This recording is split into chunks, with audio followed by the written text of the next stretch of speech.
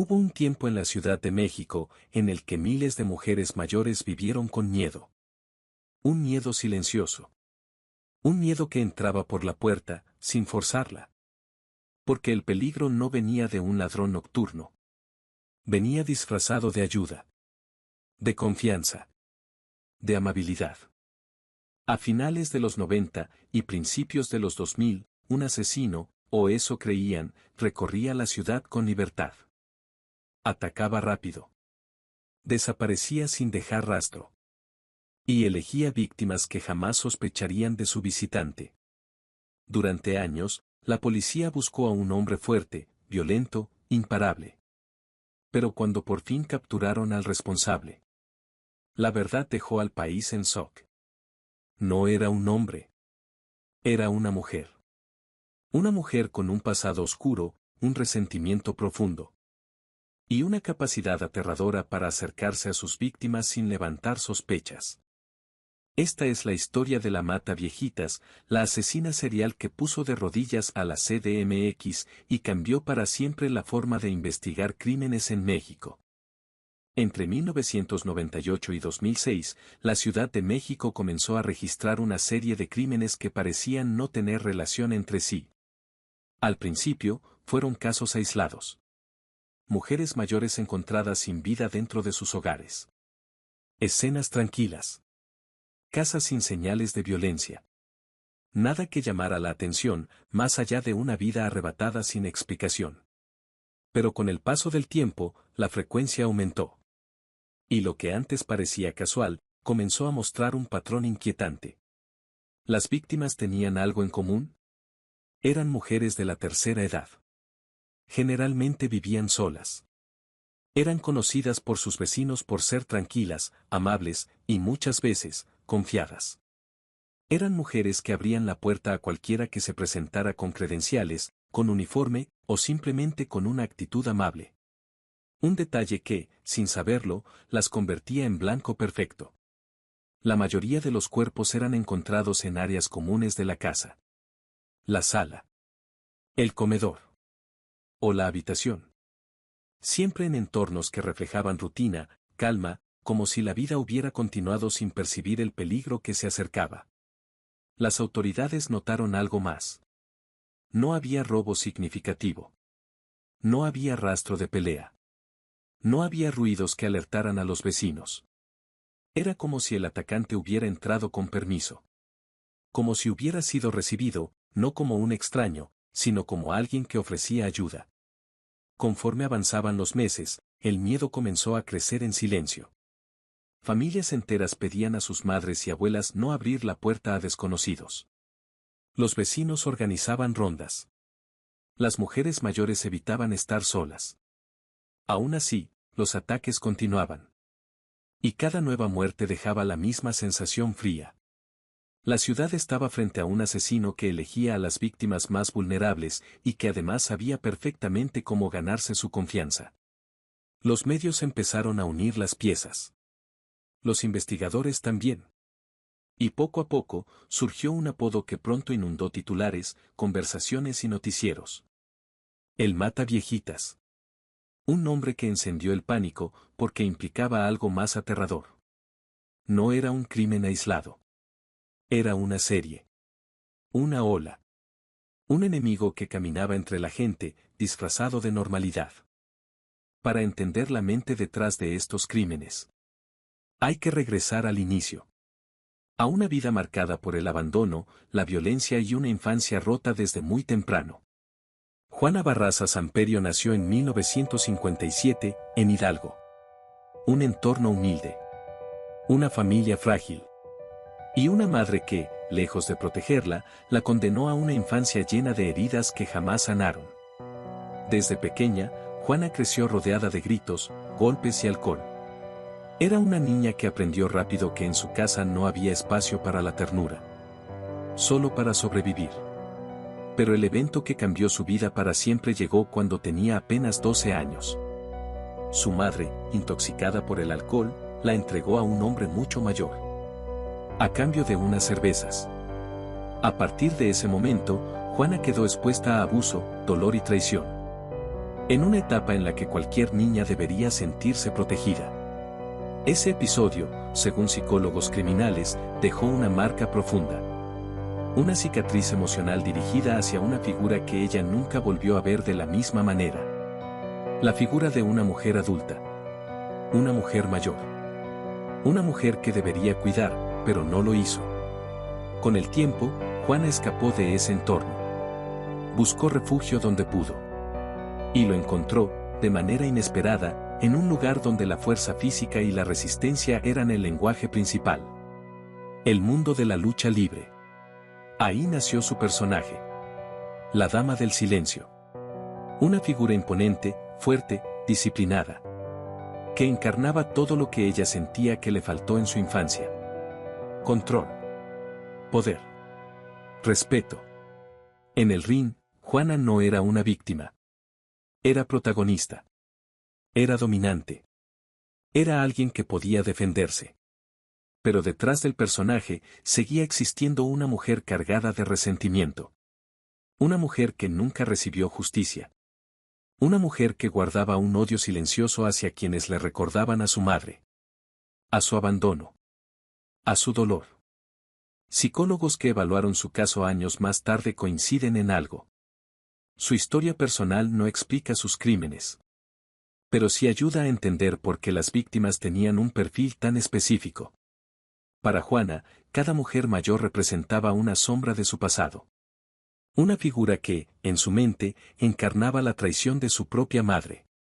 Y ese resentimiento, alimentado por años de pobreza, abuso emocional y frustración, terminó convirtiéndose en un motor. Un motor oscuro. Un motor silencioso. El motor que la llevaría a cruzar una línea irreversible. Con el paso del tiempo, los investigadores comenzaron a notar que los crímenes no eran aleatorios. Había un método.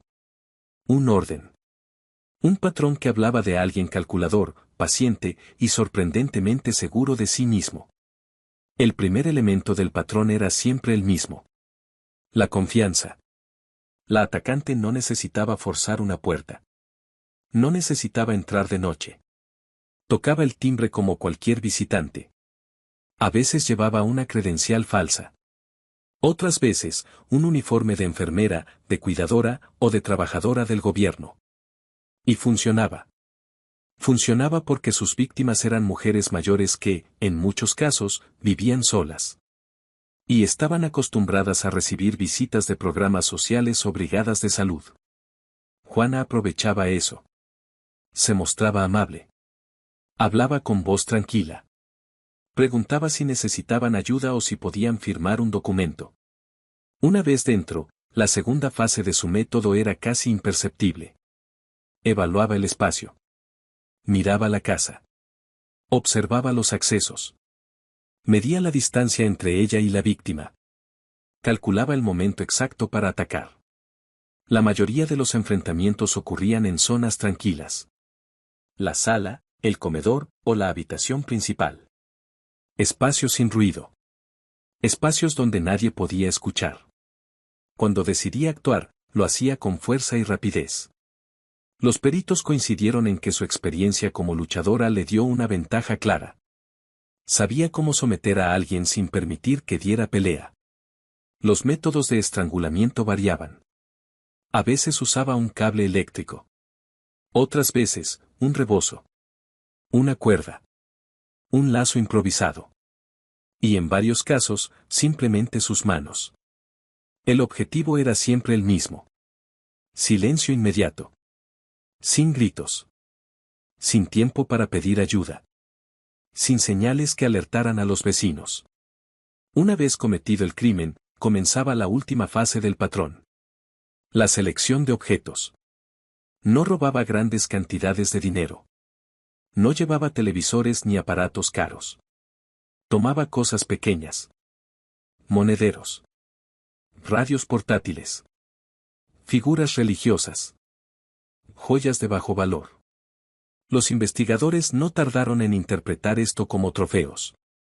Objetos simbólicos que representaban el control que ejercía sobre cada víctima. Después salía con calma. Sin prisa. como si la visita hubiera sido completamente normal. Y así, una y otra vez, repetía el ciclo. Un ciclo que mostró algo inquietante. No actuaba impulsivamente. Actuaba con método. Con rutina. Con una precisión que ningún investigador esperaba ver en una asesina que entraba por la puerta principal. Y era recibida con sonrisas. Este patrón, tan simple y a la vez tan efectivo, le permitió operar durante años sin ser detectada. Y convirtió cada visita en un crimen perfectamente calculado. A medida que los crímenes aumentaban, la presión sobre la policía se volvió inmensa. Los medios hablaban. Las familias exigían respuestas. Y la ciudad comenzaba a vivir con un miedo silencioso que avanzaba de casa en casa, especialmente en los barrios donde vivían mujeres mayores. Pero la realidad dentro de las investigaciones era distinta. Había confusión. Había desesperación. Y, sobre todo, había una enorme falta de pistas sólidas. Las autoridades se enfrentaban a un enemigo que parecía invisible. No había cámaras de seguridad. No había testigos confiables. No había huellas, ni ADN claro, ni señales de entrada forzada. Cada escena del crimen parecía limpia, demasiado limpia. Muy pronto, los investigadores comenzaron a manejar varias teorías. Y todas apuntaban en una sola dirección. Creían que el responsable era un hombre. Los perfiles psicológicos, basados en otros casos internacionales, sugerían a un sujeto fuerte, organizado. Alguien con capacidad física para dominar a una mujer adulta sin dejar marcas de lucha. Esto llevó a la policía a buscar a personas completamente distintas al verdadero responsable. Se realizaron operativos masivos. Se revisaron historiales de delincuentes violentos. Y se interrogó a decenas de hombres que coincidían con ese perfil. Ninguno encajaba. La desesperación aumentó. La presión mediática también. Los noticieros repetían todos los días el mismo titular. El mata viejitas vuelve a atacar. Esa frase se convirtió en parte del miedo colectivo. Un recordatorio de que las autoridades estaban perdiendo la batalla. En un intento por responder a la presión, la policía comenzó a detener a sospechosos al azar. Incluso llegaron a arrestar a mujeres que simplemente coincidían con parte del perfil físico o que estaban en lugares cercanos a las escenas del crimen. Algunos de esos arrestos fueron injustos. Otros, producto del pánico. Ninguno resolvió nada. Las críticas no tardaron en llegar. Se acusó a la policía de incapacidad, de improvisación y hasta de encubrir a los verdaderos culpables. Los errores en las líneas de investigación comenzaron a fracturar la confianza del público. Mientras tanto, Juana seguía operando. Caminaba libremente por las calles. Entraba a los hogares sin esfuerzo. Atacaba y desaparecía. Cada nuevo crimen demostraba lo mismo. La ciudad más grande del país estaba siendo superada por una asesina que nadie esperaba. Y la policía, atrapada entre presión social, errores y teorías equivocadas, no estaba ni cerca de encontrarla. Ese caos, esa confusión que dominó los años más críticos del caso, terminaría siendo una de las razones por las que la mata viejitas pudo actuar durante tanto tiempo, sin ser detenida. La madrugada del 25 de enero de 2006, la Ciudad de México despertó con una noticia que nadie esperaba.